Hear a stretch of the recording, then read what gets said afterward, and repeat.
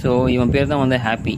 இவன் வந்து கொஞ்சம் ஒழுங்காக வந்து தூங்காததுனால இந்த மாதிரி கண்ணில் வந்து இந்த மாதிரி இருக்குது. அதே மாதிரி நிறைய அழுவான், அதனாலையும் இவன் கண்ணில் வந்து இப்படி இருக்குது.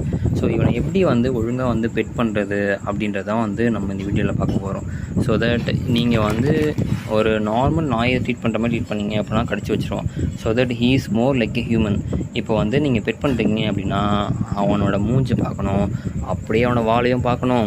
அவன் வந்து வாழை ஆட்டாமல் அமைதியாக இருக்கான், இல்லை நீங்கள் இந்த மாதிரி வந்து பெட் பண்ணுறப்போ வந்து உங்களுக்கு கண்டுக்காமல் இருக்கான் அப்படின்னா அவன் எப்போ வேணாலும் அட்டாக் பண்ணுவான் அப்படின்னு நீங்கள் வந்து புரிஞ்சுக்கணும். ஓகேவா? ஸோ தட் இப்போ நம்ம வந்து நம்மளை யாராவது பேசுகிறாங்க, இல்லை யாராவது நம்மளை எதாவது பண்ணுறாங்க அப்படின்னா நம்ம திரும்பி ரியாக்ட் பண்ணுறோம் அப்படின்றப்போ நமக்கு அந்த இடத்துல அவங்களுக்கு பிடிச்சிருக்குன்னு அர்த்தம். ஸோ இப்போ நம்ம எதுவுமே ரியாக்ட் பண்ணல, அமைதியாக இருக்கும் அப்படின்னா இது நம்மளுக்கு பிடிச்சிருக்கு, இல்லை கடுப்பாக இருக்குது, இல்லை எப்படா போவ அப்படின்னு நம்ம வந்து மனசுக்குள்ளே வச்சுருப்போம். அதே மாதிரி தாங்க வந்து ஹாப்பியும்.